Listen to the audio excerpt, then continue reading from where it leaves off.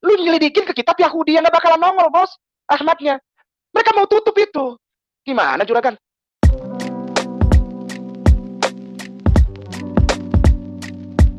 Assalamualaikum, selamat datang kembali di channel ini. Kali ini saya akan membahas soal Ustadz Kainama ya guys ya. Kita tahu bagaimana Ustadz ini dia suka cocokmologi. Tapi kali ini saya nggak akan bahas soal cocokmologinya.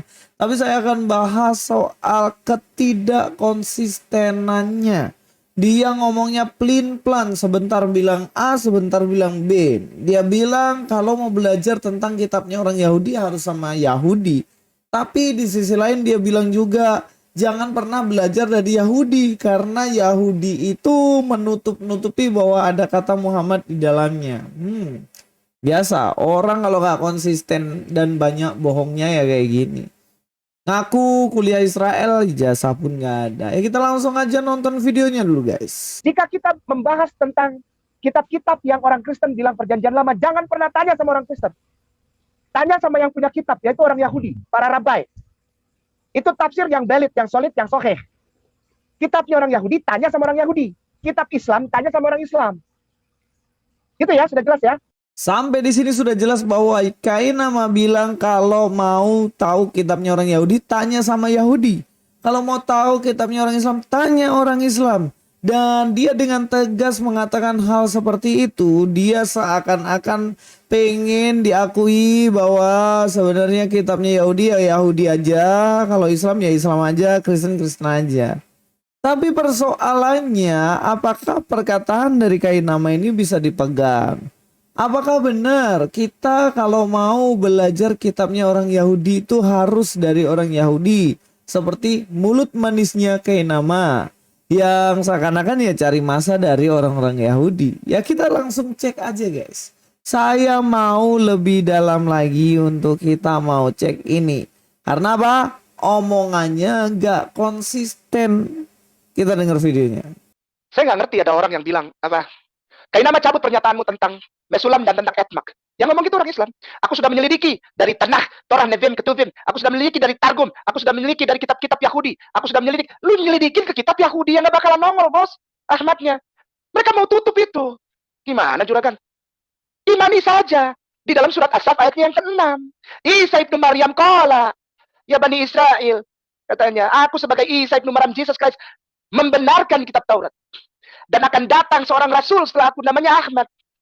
Kalau antum gak percaya 42 ayat 1 itu adalah nubuatan tentang Ahmad, maaf ya, jangan marah aku ya. Ini aku aja nih. Ini aku sendiri ya. Aku tidak mau mempengaruhi orang, brainwashing orang, enggak. Aku cuma mau bilang aja, bos. Silakan para ahli-ahli yang debaters itu di media sosial, come on.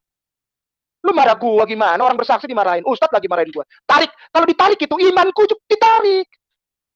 Iman Islamku ditarik. Berarti nggak ada lagi Yohanes pasal 16 ayat 13 itu. Feruah amat. Itu nggak ada lagi. Gimana saudara? Ya kalau lu nggak percaya bahwa gue bilang 42 ayat 1 itu Ahmad, nabiku, cintaku, Rasulullahku, ya biarin aja urusan lu. Lu lebih percaya pada Targum. Lu lebih percaya pada Yahudi. Silakan, kalau gue enggak. Gue percaya pada Al-Quran. Gimana guys? Plin-plan nggak? Tadi dia bilang kalau mau belajar kitab Yahudi sama Yahudi. Sekarang kalau gue nggak mau percaya sama Yahudi. Bos, mendadak hilang ingatan Anda. Amnesia, Ahmad Kainama. Mendadak Ahmad Kainama hilang ingatan dengan mengatakan bahwa kalau belajar ya harus sama orang Yahudi. Tapi mendadak lupa ingatan kalau belajar jangan sama Yahudi. Yang bisa dipegang omongannya yang mana nih Kainama? Jangan-jangan ini orang punya kepribadian ganda kali ya. Sebentar bilang A, sebentar bilang B, dan mudah melupakan statementnya. Yang menarik di situ yaitu dia klaim 42 ayat 1 itu adalah kata Ahmad, dan dia klaim juga ada feruah di situ. Nanti saya akan bahas secara terpisah.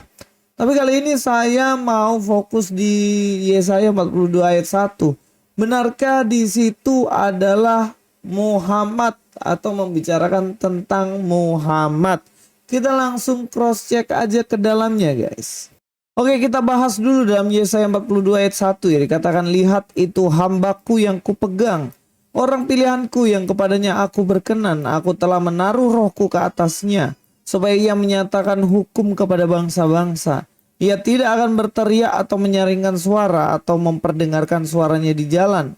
Bulu yang patah terkulai tidak akan diputuskannya dan sumbu yang pudar nyalanya tidak akan dipadamkannya. Tetapi dengan setia ia akan menyatakan hukum. Ia sendiri tidak akan menjadi pudar dan tidak akan patah terkulai sampai ia menegakkan hukum di bumi. Segala pulau mengharapkan pengajarannya. Sampai di sini Kainama ingin menyoroti dalam Yesaya 42 ayat 1. Lihatlah itu hambaku yang kupegang, orang pilihanku yang kepadanya aku berkenan. Aku telah menaruh rohku ke atasnya supaya ia menyatakan hukum kepada bangsa-bangsa. Katanya di sini muncul kata Ahmad. Tapi kalau kita melihat ya dalam bahasa Ibraninya, ini ya dalam bahasa Ibraninya dikatakan Hen abdi etmak Bo behiri rastah nafsi natati ruhi alahu wispat lagoyim yosi. Nah, etmak di sini inilah yang dibilang ya, di mana hen abdi etmak bo behiri. Nah, etmak inilah yang dia plesetin kemudian menjadi Ahmad. Paham ya? Dan inilah yang dia klaim sebagai Ahmad ketika keluar dikatakan di sini ekmak. Kalau kalian tahu ya kata ekmak di sini sebenarnya nggak bisa ini terjemahkan sebagai Ahmad. Kenapa tidak bisa ekmak ini sebagai Ahmad? Karena artinya beda. Kalau kalian tahu arti ekmak ini sebenarnya berasal dari bahasa Ibrani tamak. Ya, tamak sendiri dia berarti nih grasp, lay hold of, hold fast, support, yang artinya memegang.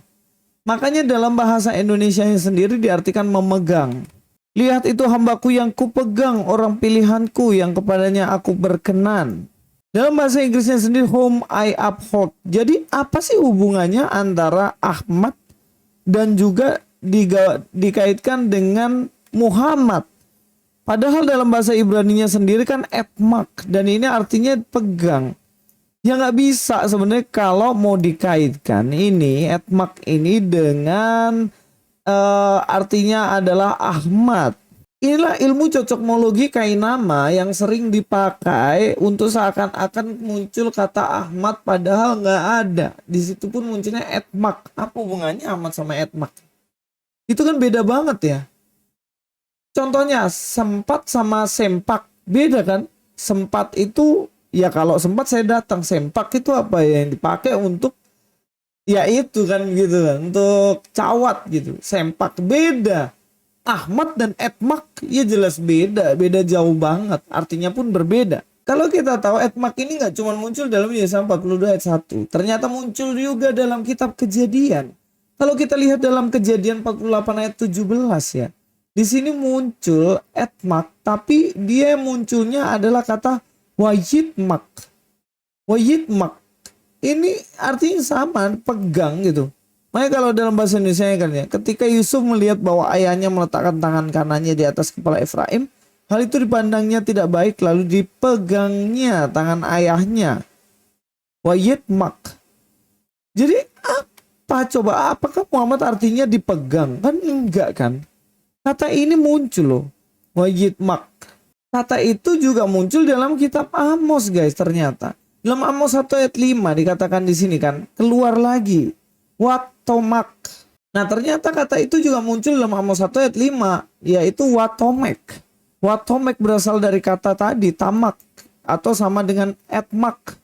Nah makanya diartikan aku akan mematahkan palang pintu Damsyik dan melenyapkan penduduk dari Bikiat Awen serta pemegang tongkat kerajaan dari Bet Eden.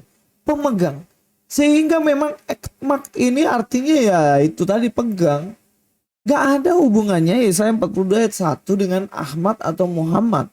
Sekalipun di situ keluar kata etmak. Ya mirip-mirip Muhammad, etmak, Ahmad. Tapi itu terlalu cocokmologi jika diklaim. Ya itu saja dari saya. Mudah-mudahan kita makin cerdas dan pakai nama gak pikun-pikun. Gak plin-plan juga soal statement-statementnya. Luis Prasetyo di sini.